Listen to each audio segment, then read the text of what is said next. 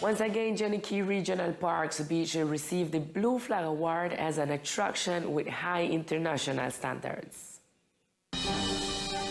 For the fourth consecutive year, the beach of the Johnny Key Regional Park is recognized for preserving international standards that strengthen the local tourism. These awards position the touristic attraction as a destination with excellent environmental management, safety, and water quality.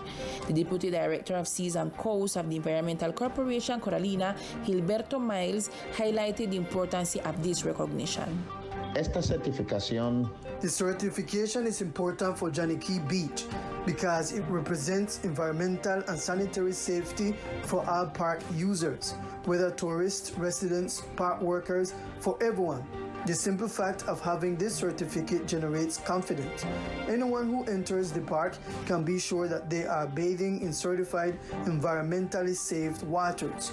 We want to make this known to the entire community of the island so that they can get to know the park and be reassured that they are in sanitary waters certified by international organizations.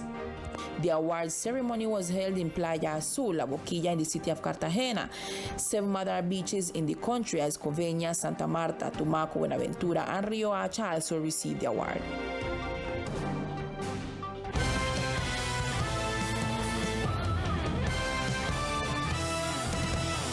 Today, the Forum on Law 47 of 1993 and other special provisions for the archipelago was held, where they analyzed all aspects of this law that governs the department. At around 3 p.m. in the auditorium of the National University at the Caribbean campus, the House of Representatives Elizabeth J. Pang discussed with the different cultural, social, and economic actors of the department whether it is necessary to reform Law 47 of 1993. It is like doing a walkthrough with the community because throughout my political career, I have listened to people from a sector of the community saying that it is time to reform Law 47. It must be reformed, or it must be updated, or it must be regulated, or what must be done with Law 47. We have established several working groups, and we are here in a forum precisely asking questions to the community and the panelists who joined us today. I think that there are things that need to be updated, but it is also true that there are many regulations that we have and no other department has and that we have not applied. Why have we not applied them? That is what we are analyzing in order to see if it is the leaders' responsibility to see if it is up to me or if it is up to the governor of the department to demand those rights. It seems to me a magnificent opportunity for this initiative.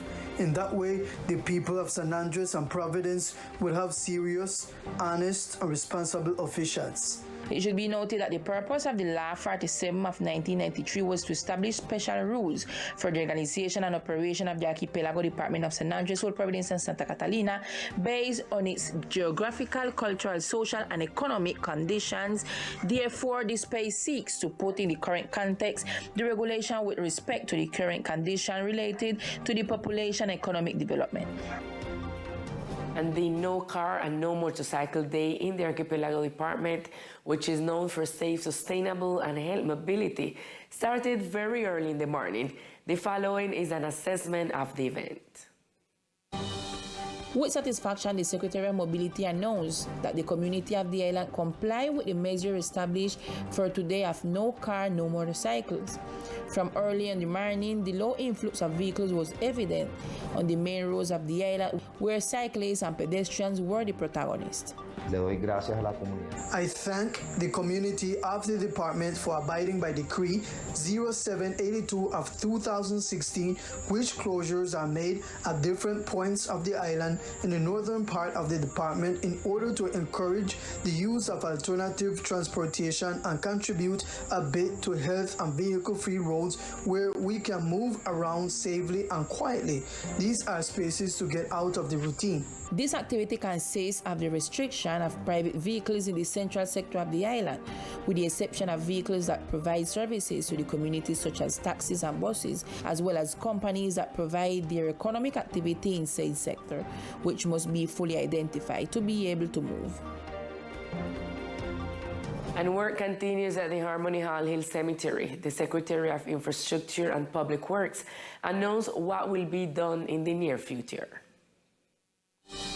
Continuing with the expansion of the Harmony Hall Cemetery, the departmental government through the Infrastructure Secretariat decided to prioritize the construction of 2 vault stores that are part of the same due to an increase in the mortality rate in recent months in order to avoid a health emergency. Hemos adjudicado con la contratación para esta. We have adjudicated the contracting for the expansion of the Harmony Hall Hill Cemetery. We know that due to the situation that has been occurring during this past year and this year currently, we have declared a calamity. And we have had to accelerate the contracting of these works in order to do everything legally required under the law, so that under the declaration of calamity, we can start the construction of the 2 fully circumferential modules. They have circumferential module with their respective niche and with their system of communication between them.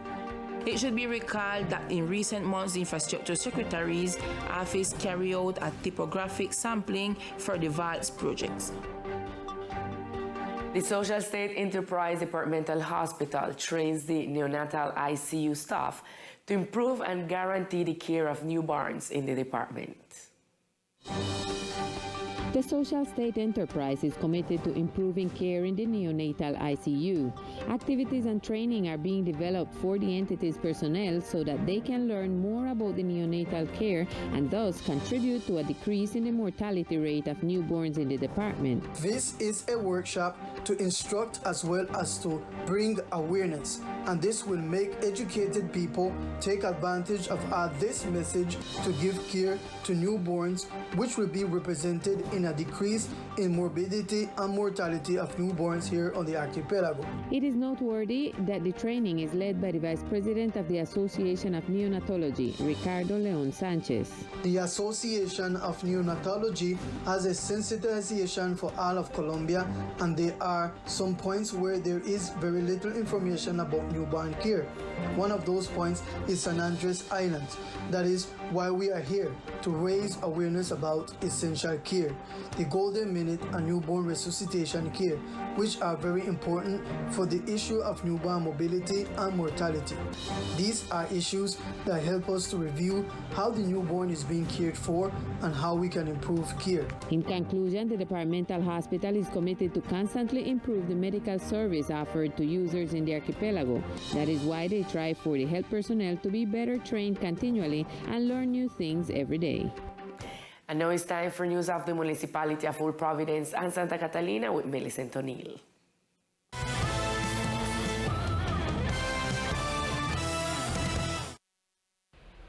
Good evening to all our viewers. This is the most relevant information from Old Providence and Catalina. The director of the OCRA is in Old Providence leading control and surveillance actions in the municipality after the expiration of work permits yesterday, November 17. Yesterday, the emergency declaration ended, and the director of the OCRA is already in Old Providence with her team verifying the status of the permits for workers in the different construction sites.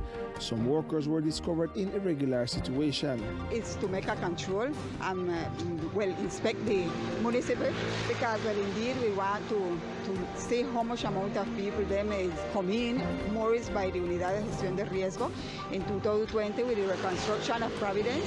So we want to see they have them permit in ADA. Whoever don't have them permit, well, then we have to go from the municipal and go from the department too. So that is the real control that we're trying to do. Some extensions will be given. However, for those without any type of authorization, they will have to leave immediately. We have one here that then permit them expire already, but then don't then have this construction that then says they're going to finish at least the 30th of November. So we'll be trying to see to give them a compromise that from the 2nd of December they're going to leave outside time from the municipal and from the department. So we're going to try to to make them comply them their requirement. We don't want to cause no problem to the community. We don't want to cause no perjudicial for them. So we're going to try to do all the possible to make them compromise with that. But what about the people who will try to stay on the islands? The decree that the president did then take out in 2020, the 243 says that the type of people couldn't stay in the island and in the department. So what the idea is to verify good those situations and see resolve administrative the way to might be we have to deny it, but the idea is not to cause no problem to them their people and make them unite like families. So we have to look out good of the situation and then take a decision. All cases will be studied by the Office of Circulation and Residence Control, which will continue its work of control and vigilance on the island. And in coordination with the Education Secretariat and educational institutions, the Colombian Family Welfare Institute carried out the process of harmonious transition with child development centers.